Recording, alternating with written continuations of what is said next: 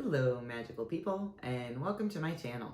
My name is Lou and today I will be offering you a pick a card reading. There will be 3 to choose from and you can pick 1, 2, or all 3. And the topic for the day is, what questions am I not asking that would serve me best at this time? So we're gonna just see what comes out from the cards. Before I dive into pile 1, housekeeping. Please like, comment, subscribe, take what resonates, leave the rest, and be sure that you always follow your own wisdom. So having said that, let's just go ahead and dive right into pile 1. So I have already selected a pile of cards here, and for the Ogham, which is the Celtic tree alphabet, we have pine or fir, which means elation or awe or certainty of direction. So for tarot cards, we have the 6 of Wands, the 7 of Wands, the Queen of Cups, and the 3 of Pentacles. And then for oracle cards, we have right order, the dog spirit, being loyal to what you love, and mirror, who or what is triggering you. And okay, so first thing I'm seeing is that questions you could be asking yourself are, how can you step into your own unique sense of power? The kind of thing that makes you you and makes you utterly unique. And there's an introspective aspect of this. So this isn't about going out and asking other people what they think you should be doing, although it is always helpful to have conversations with people. At the end of the day, what data you're collecting from the world around you, you then need to go deeply within yourself and determine whether or not that answer works for you or not. So with this, what's interesting with right order, what's triggering you, what is it, mirror, who or what is triggering you, and with this dog spirit being loyal to what you love, I kind of feel like maybe one of the questions you could be asking yourself too is that in the larger scope of earning mastery and bringing a product that you, or not a product necessarily, but a thought or an idea, or it could be a product or a project, in order to move that into that world, that part of you that makes you uniquely you, in order to manifest that victoriously and with success and being true to yourself, what's getting in the, what is getting in the way of that? You know what I mean? It's like, I don't know, with this dog spirit, although there is definitely, you know, it's good to be loyal to what you love. I think that maybe for some of you, it might be a interesting line of self-inquiry to ask yourself if you are being loyal to things that you truly love, or if you're being loyal out of conditioning to what you think you should love. So again, you know, it's funny because like with that 7 of Wands coming up in my ear, just started ringing my right ear, in order to move into this place, like the 7 of Wands, it's, you know, it's where you have moved above, you have moved out of herd mentality, and you've kind of stepped away towards your authentic self, your true self, and further away from maybe old programming or old ideas that no longer work for you. But, you know, sometimes people don't like it when we evolve. Sometimes it makes people uncomfortable because, well, there's a variety of reasons. It makes people uncomfortable. And that, you know, there's something to be said for, I guess, recognizing that as you step into this authentic part of yourself and gain that certainty of direction over where you're going, it's possible that you're going to be triggering others because of your desire to move away from where you've been and to really stepping into your unique power. And that in turn might cause things or conflicts to come up that will then in turn trigger you. And like one of the messages that's really coming in really clearly right now is that although that's going to feel like a setback, that's actually just part of what needs to happen.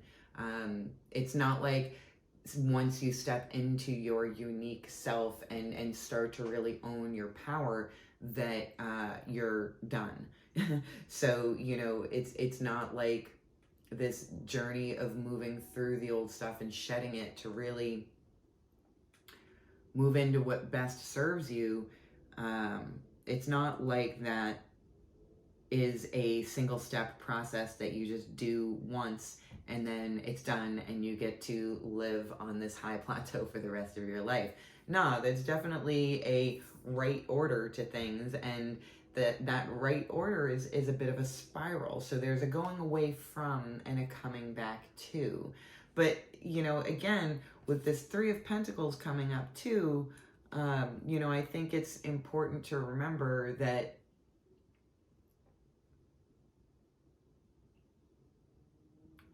whatever part of your, like, the joy of bringing this aspect of yourself into the world shouldn't be overlooked, you know, because the threes in whatever suit, they're usually involving other people. So there's an air of collaboration to this, you know, so either working within a team or leading a team or being part of a group of people who are working on whatever your unique vision is, you know, like, even though there will be some struggles and you'll probably trigger people and they'll probably trigger you back, that don't let that get in the way of you being able to connect with the joy of being your authentic self.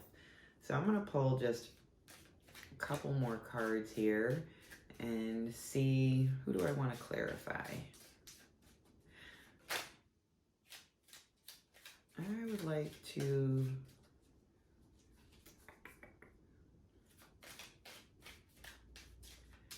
I guess I'd like to get one clarifying card for the Queen of Cups. Let's start with her. The Queen of Cups.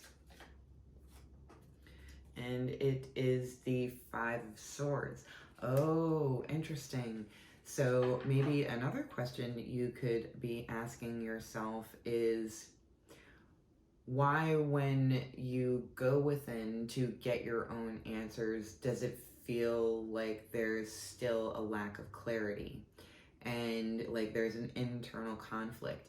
And one of the things that I'm learning in my own life is that when there is internal conflict, it means that, you know, kind of like when you look in the mirror, only one of those things is real. So if there's a real sense of internal conflict, and not just a matter of like, I haven't decided yet, or I haven't made the call yet, but an actual active conflict that you seem unable to move out of, then that is really just an opportunity for you to recognize that there's more programming to try and move through. You know, that's just another part. Like one of those parts, maybe even more than one of those parts, is really just a response to stimuli and isn't in fact, you know, you speaking to your deepest, truest, intuitive self. So now let's see if we can get a little bit of a clarifying card or two for the Six of Feathers, which is also known as the Six of Wands, that card of struggling and success after having worked hard for it. Okay, and the clarifying card that came out was Temperance. And so what this is telling me is that you are an alchemist, and that part of what makes you uniquely you, and part of what makes you able to struggle to succeed, is that you have all of the elements within you, and that on a soul level, on a spirit level, you are skilled with, like a master at a forge, tempering those elements into tools that are usable in moving you towards your goal. So now let's get, ooh, it came out quick, a clarifier for the Seven of Wands. And that's fascinating. It's the Six of Wands. So much firepower here.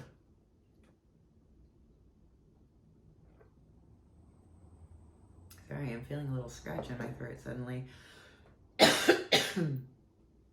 So with the Six of Wands coming up again, and in support of the Seven of Wands, and again, the Seven of Wands is you stepping into your own unique power.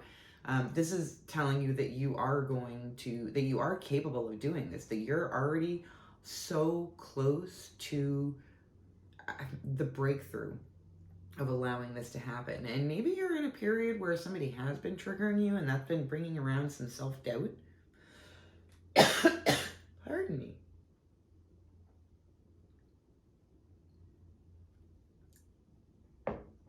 But again, I don't think that you should let any momentary instances of self-doubt or setback or triggering to reduce your certainty of direction, your navigation. And let's get one clarifying card for the Three of Pentacles. Maybe it would be a good idea to do some work around the throat chakra, especially if it's a situation where you're having some internal conflict. Then that can be, sometimes when we have that internal conflict, what's kind of coming through is that we are struggling to speak our own truth. And the third chakra isn't just the physical words that we speak out of our mouth, it's also the ways in which we communicate with ourselves and the way that we allow communication to come in. So it's kind of like the communication center, essentially.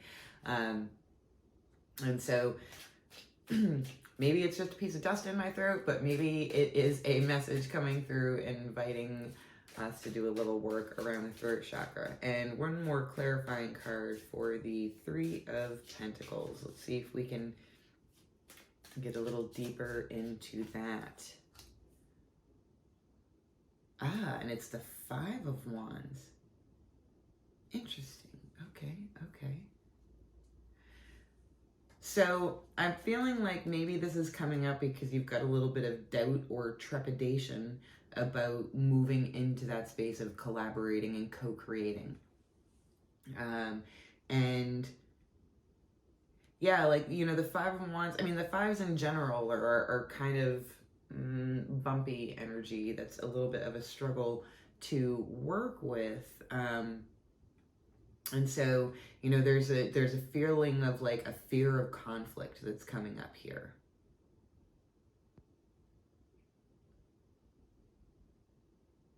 You know, I'm going to pull another, I'm feeling two more cards about the Three of Pentacles, and then with that Five of Wands showing up for it. So there's one, which is the Queen of Wands. Okay. All right. So being able to step out of that Five of Wands space where it feels like there's conflict, and recognizing, because the Queen of Wands, she has mastery. So she is able to sit on her throne, and from a place of being able to be a little bit detached, she can have a little bit more understanding and awareness. And, you know, one of the things that I love about the Queen of Wands card is that this is often one of the ones that where it's shown up, that there's a familiar on it, and it's not always, but a lot of times it's a black cat, and I happen to have a black cat. So I just always feel like, you know, this is something that, like, you know, if there's a connection with animals in some way, I'm not really sure how that fits in, but I'm feeling like there must be a reason why I felt like I had to call out that part of that right now. Let's see if we can get one more card here, and it's the Devil card. Oh, interesting. Okay.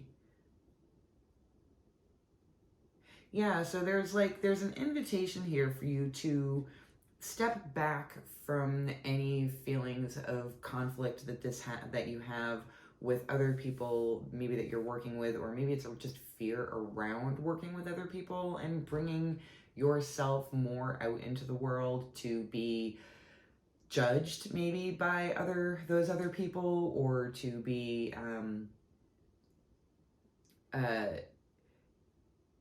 yeah, like evaluated. Like there's a maybe a little bit of a fear of being seen here, or this true aspect of yourself being seen. And definitely it's scary stepping onto a stage for the first time. It's scary doing most things for the first time. But with the Queen of Wands and the Devil and the Five of Wands, like, I feel like maybe here there's an opportunity to look at our relationship with the thoughts that we have about ourselves, and do a little bit of work towards, why are we harboring these judgments of ourselves and these internal conflicts and the devil is being bound. Why are we binding ourselves? Why are we keeping ourselves from moving into our unique self and allowing that to manifest in the world around us?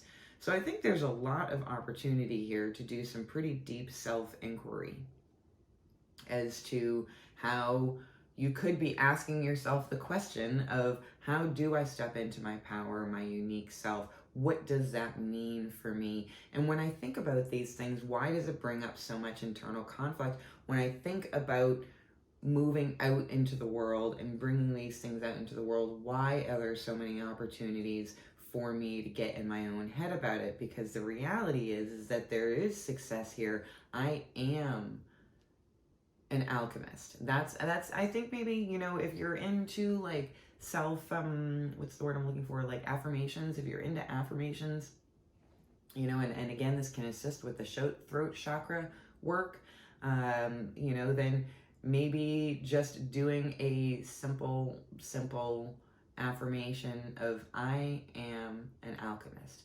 I have the knowledge and the ability to transform a variety of elements into a solid, cohesive whole. I can make things happen, that you have the power to do that. So I hope you found this helpful. I'm going to move on to group 2, but if you have any comments or anything that you'd like to share, please do leave me something in the box below. So many good things here. Okay, so I'm going to move all these guys aside.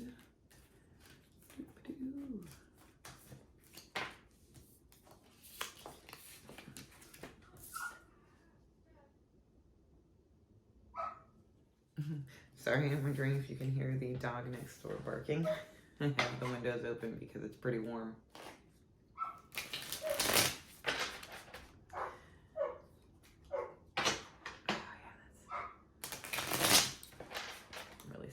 That.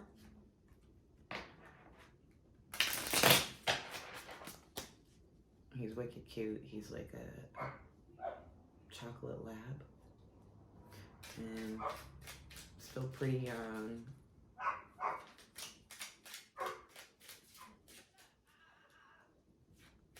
wonder how much of that will come through on the audio, because well, nothing's gonna be perfect all the time. Okay, let's move ahead to group 2. So if you selected pile 2, then this is your reading. And for an Ogham, which is the Celtic tree alphabet, we have gorge, sexuality, passion, and attraction. Interesting, interesting. And we have, for tarot cards, we have the Death card, the Four of Wands card, the Wheel of Fortune, and the Ten of Cups. Okay. For Bat Spirit, we have, for Animal Oracle, we have Bat Spirit, which is a rebirth is assured, which is kind of like another death card. And then we have Confidence and Council of Light, Divine Orchestration, Helpers in the Subtle Realms. Wow. You know, I really feel here like the question that you could be asking is, I don't know, I feel like maybe there's some twin flame energy coming up with both the Four of Wands and the Ten of Cups here. I feel like maybe you're wondering about, you know, your other half, so to speak. You're wondering about a partner in some way, whether you have one or whether you don't. You are wondering, if you don't have one, if you'll ever find it, and if you do have one, you are wondering if it's the right one for you. You know, there's a lot of high energy here. I think it's interesting because with both the confidence card and the bat card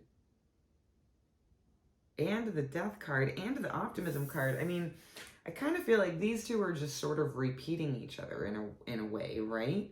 Like, and then the three cards that are left on the table in front of me are Divine Orchestration, Helpers in the Subtle Realms, the Wheel of Fortune, and the Ten of Cups. I hope this doesn't sound too hokey for anybody, but I really feel like the question you could be asking right now is it worth it to take a chance on love? Is it worth it to put myself out there again? Or if you are in a situation or a relationship or a situationship, as the case may be, then, you know, maybe you could be rephrasing that question as, is this chance on my heart that I'm taking and on finding that someone gonna work out? Is it good to take that chance? And I feel like regardless of that question, regardless of from what angle you're asking that question, the answer is yes. Which isn't the same thing as saying, I just want to be sure I'm not misleading anybody here. I'm not saying that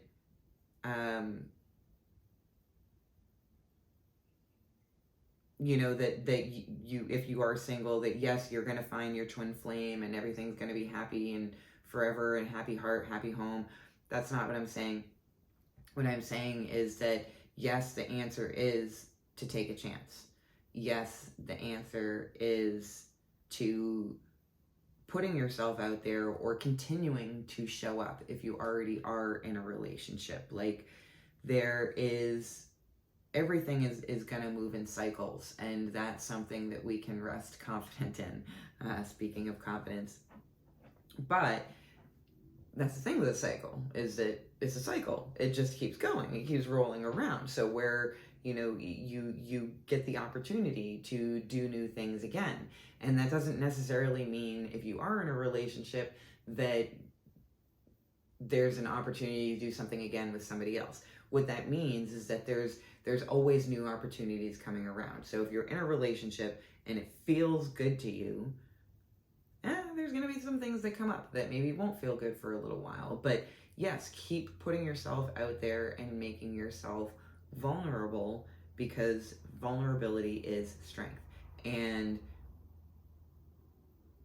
whether or not that resolves in a death within the relationship, where the relationship has the opportunity to transform and experience a new growth cycle, or whether that ends in a relationship ending, it doesn't matter energetically. I mean, of course it matters, but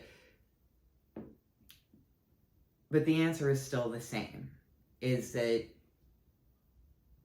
continuing to keep our heart space open is continuing to embrace life.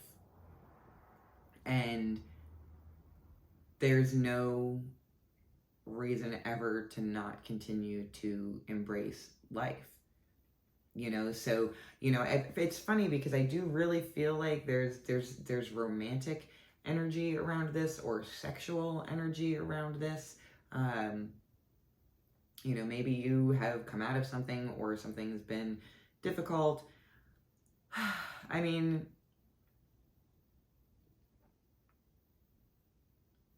even when it's hard, I think it's important to try and keep our heart space open. And it's interesting that the heart space keeps coming up. So in the reading one, it was a lot about the throat chakra, and I feel like this one is really more about the heart chakra. So maybe another question you could be asking yourself is, how can I, with assertiveness and with optimism, move out of a painful death cycle and into that rebirth cycle? How can I let my helpers from these subtle realms, this council of light that's on here, how can I be open to hearing their messages? And oh, that's so funny. That came out as a clarifier in the first reading too. The Temperance card. So, same message. And if you watched reading 1 and 2, then for sure, Z, please take this to heart. I mean, all of you take it to heart, but, the Temperance card, you already have the alchemy, you already have all of the elements to transform what you need or want to transform. And it's different than the death energy, where the death energy is like a total renewal of a cycle, and the Temperance card is more about taking the existing energy and forging something desirous to you out of it. Oh, and we also have the Knight of Pentacles. So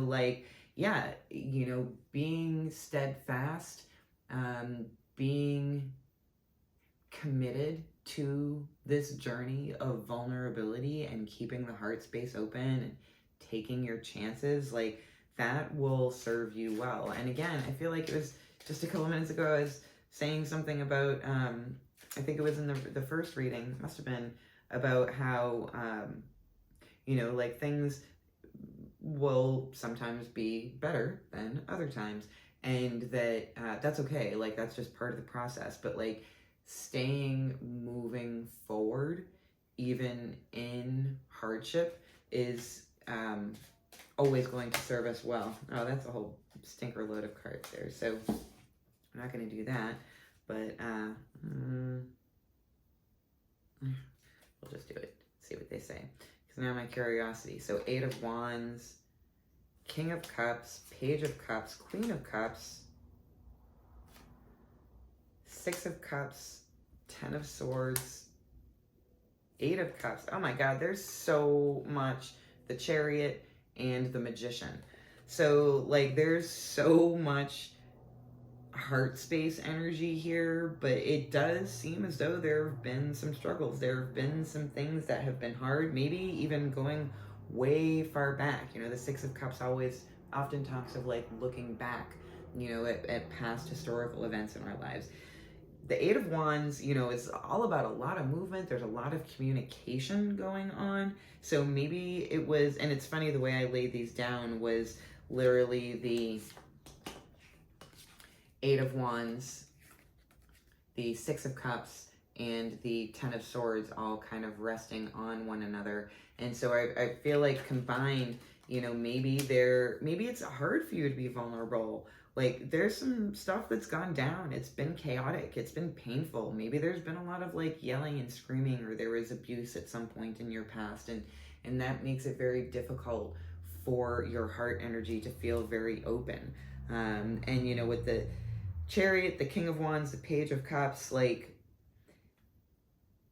starting from within, being the Magician. And again, it's funny, didn't I mention the Temperance card? When the Temperance card came out, I mentioned the Magician card, and that the Temperance card is taking the elements that you already have around you, the things that you already have available to you, and making that work to your best advantage. And the Magician card is being able to just manifest out of nothingness. So both of those energies are there to you. I really feel like there's so much Cups energy here, and I feel like there is an opportunity to do some real work on your heart chakra, and allowing that space to be open. And meta meditation might be helpful, because I'm feeling like that not only is it that your heart chakra might be a little bit blocked, but that beyond that, there's that's blocking you from receiving your own love for yourself. Which, you know, if you're blocking your own love from yourself, then it's going to feel like love is a limited resource, and that's going to make it feel very difficult and energy depriving to continue to show up and make yourself vulnerable and allow your heart to be open. So I feel like maybe doing some meditation where you are wishing yourself love and wishing kindness and love upon yourself. I really feel like if you can do some work around that. And years ago, so one of the first times that I did a meditation, it wasn't specifically a meditation, but it was a self-love meditation, and it kind of broke me open and made me whole and gave me a clarity. And I don't think that I had realized until that moment just how much I was depriving myself of my own love. And so, you know, not like that one meditation all those years ago was like the thing that did it, and from then on I've been full of self-love. It is still something that I struggle with, but it is something that I didn't even know that I was struggling with before this experience. So maybe that's another question you could be asking yourself is, how full is your cup of love for you? It's a pretty big question to contemplate.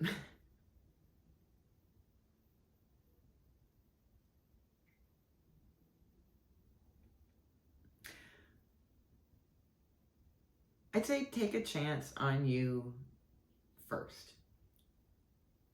Take a chance on you, because you are deserving of being full of love for yourself, full of passion for your own well-being and joy and excitement about life.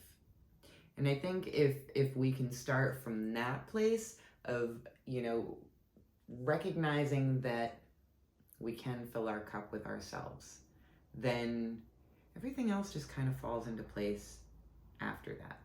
And for those of you who are single and are happily single, then please don't take this reading as an invitation to, or as an understanding that you need to go find a partner. Because I would never want to tell anybody that they need that in order to be complete, because I don't believe that's true. So I hope this resonated. I hope that this brought about some interesting lines of self-inquiry for you to spend some time on with yourself.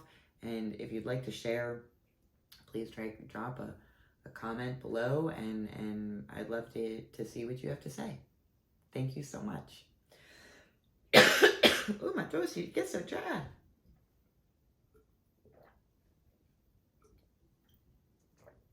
And she dribbles water down her chin. Is it the water? So much talking makes my throat dry.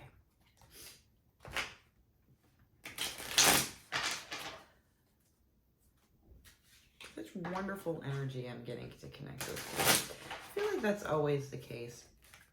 Y'all, folks who watch my videos, you know, you give me an opportunity to connect with your energy, and I really enjoy it. I think you are just a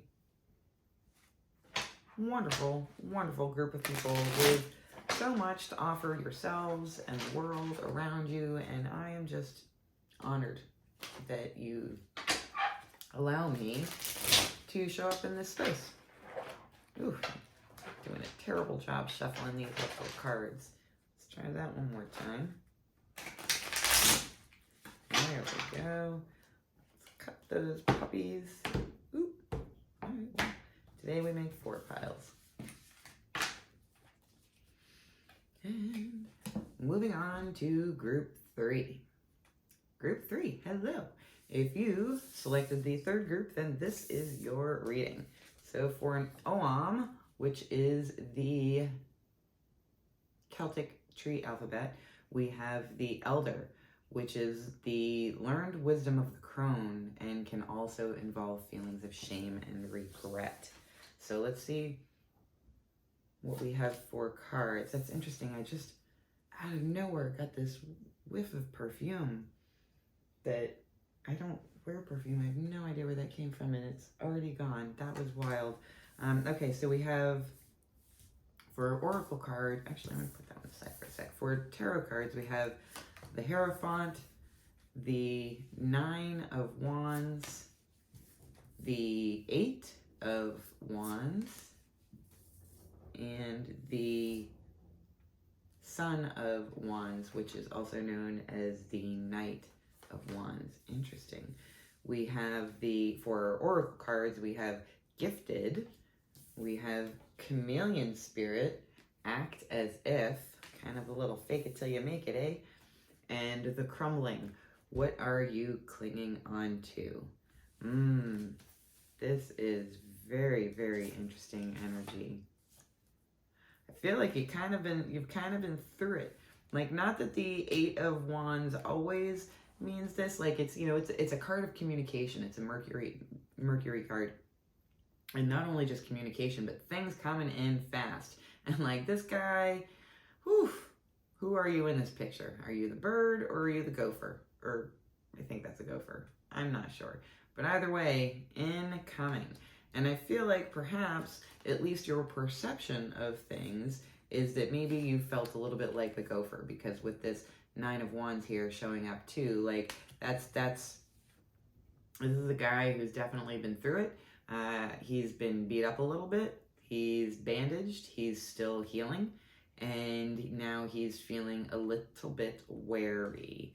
And so it's interesting because, like, okay, with the Hierophant card, this can be institutions. It can be, either like institutions that you work at, or schools, or even like larger institutions like, the church, or like the abstract idea of the church or government or whatever. So it kind of feels like maybe you've been put through the ringer by the system. And I don't mean a system when I say the system. I mean whatever system that applies for you. Maybe it was school, maybe it was your community. And like the lessons that you've learned have been learned through going through some difficult stuff.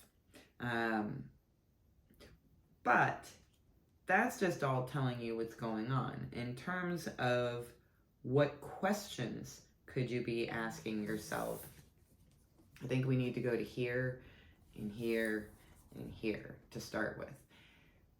And one question that you could be asking yourself is, how am I gifted? Because you are.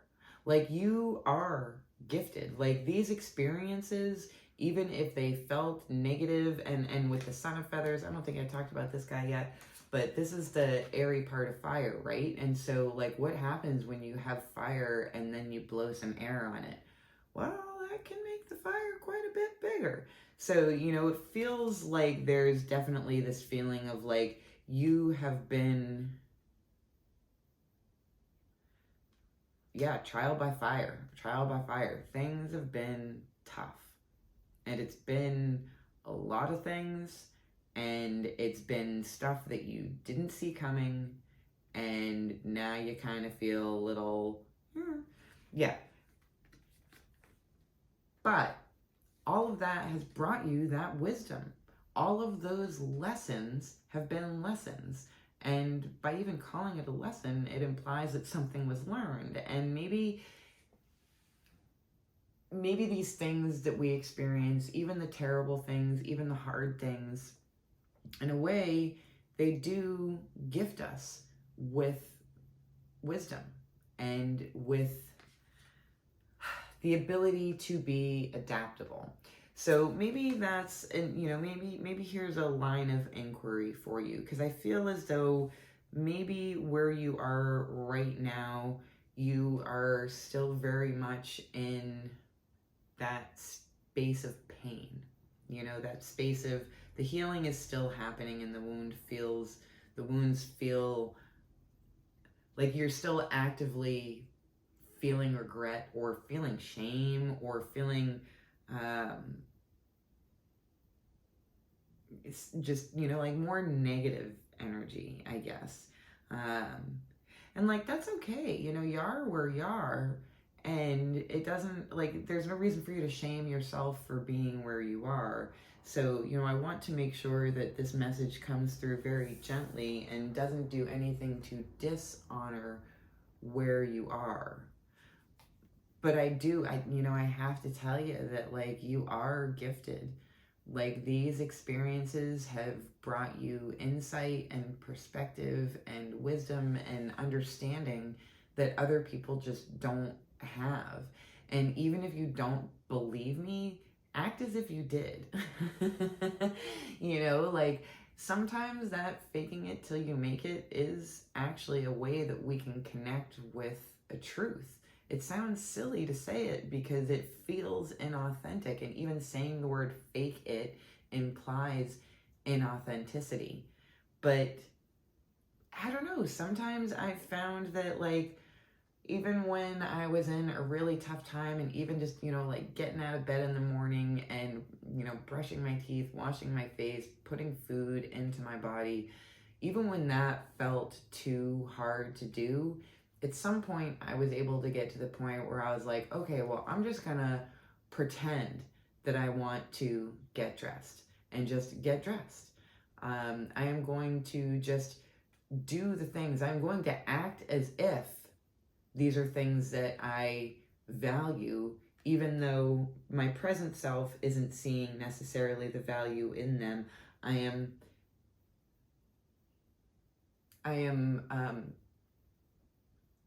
honoring, I guess, my future self. I'm throwing my future self a bone so that when my future self becomes my present self, I can look back on my past self and have compassion and let go of some of those regrets that I have, and let go of some of those shames and shame shivers that I have, which again just allows me to see the gifts.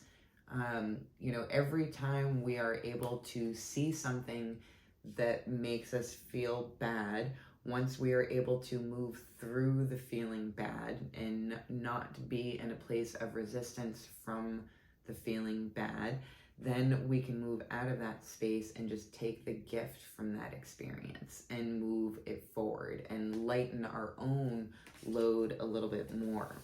So I'm going to go ahead and pull a few more tarot cards for clarification. Let's see first about getting some clarification on the Hierophant. Oh my God, guys. I mean, you've seen me shuffling this deck in between, and this Temperance card has come out for all three readings. So I guess all of you, every single one of you who watches this video now or in the future, you just have to know that one of the messages that is really coming through here is that you already have everything that you need.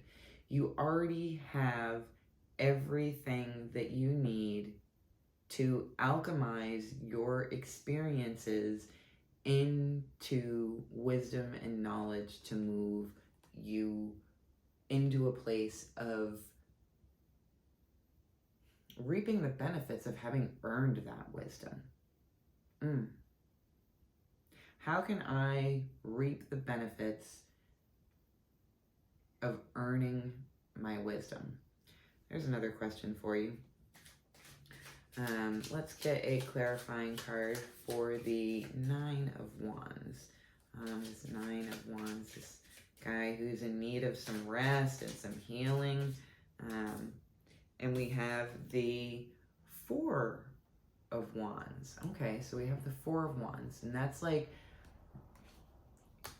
allowing ourselves to be supported by the people who feed our heart and provide us with inspiration, allowing those people to provide a little bit of that stability for us, you know. So like asking for help, that can show up like asking for help, you know, and even just reaching out to a friend, you know, and it doesn't have to be reaching out to a friend for the purpose of unloading your soul on them. I mean, do that if you want to, but don't if you don't.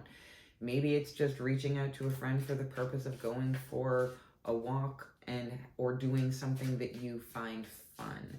You know what I mean? It's more just allowing yourself to be in a place of support, of a place where you're supported energetically. All right, let's pull a clarifier for this 8 of Feathers card. Oh, and 3 actually came out. We have the 10 of Cups, the 10 of Wands, and the 3 of Pentacles. Ooh, interesting, interesting.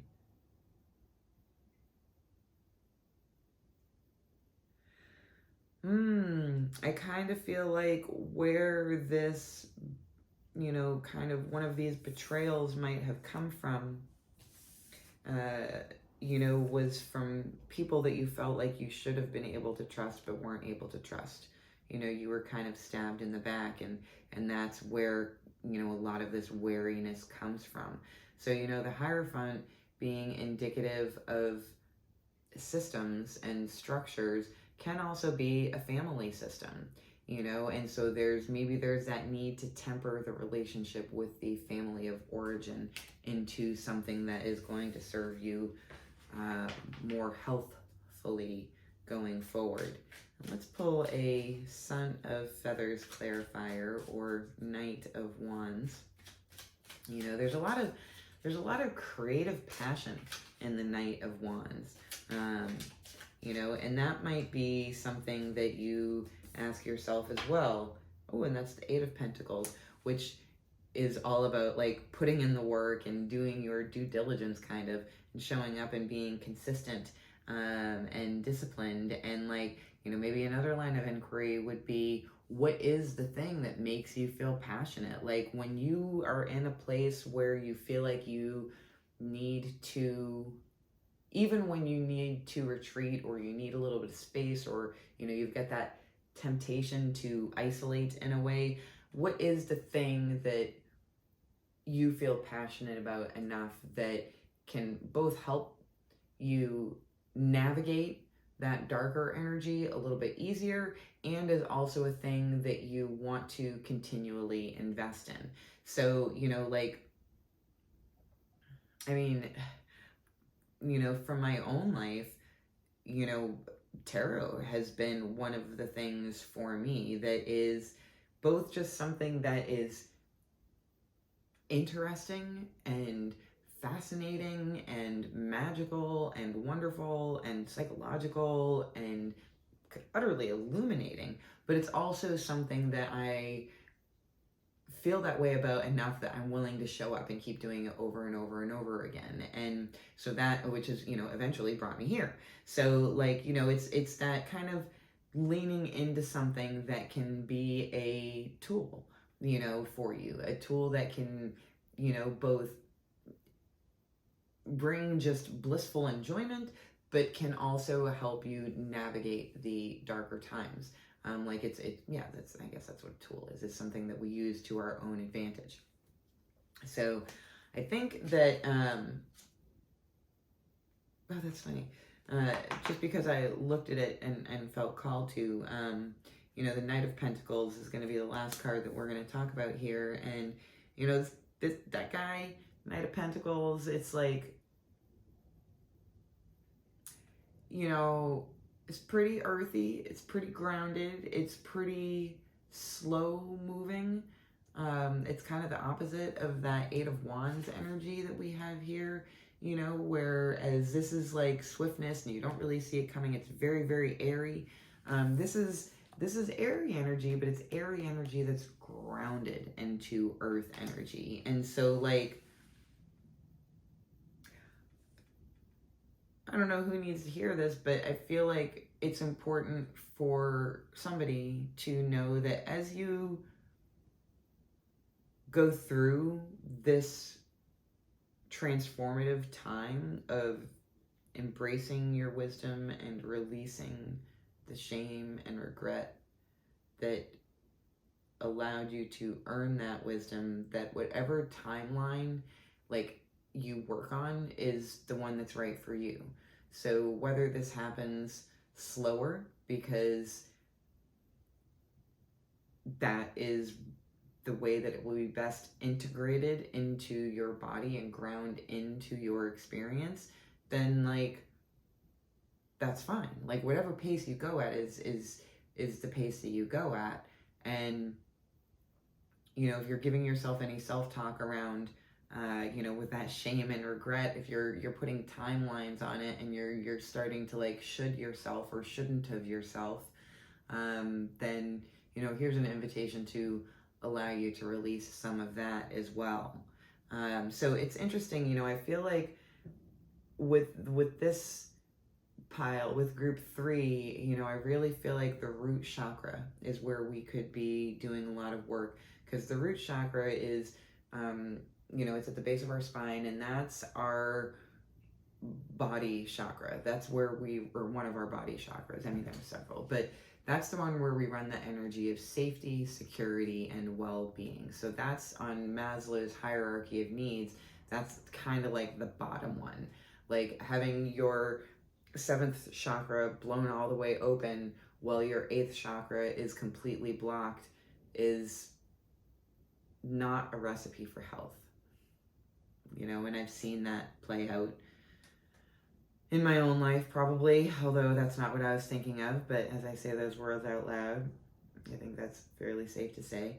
You know, so really doing some work around our root chakra and really like doing some grounding exercises. And if you want a grounding exercise, here's a real quick one. You just sit in a chair with both of your feet on the ground. You can sit, you know, cross-legged if you want to, or you can just sit in a chair like I'm sitting in with both of your feet on the ground.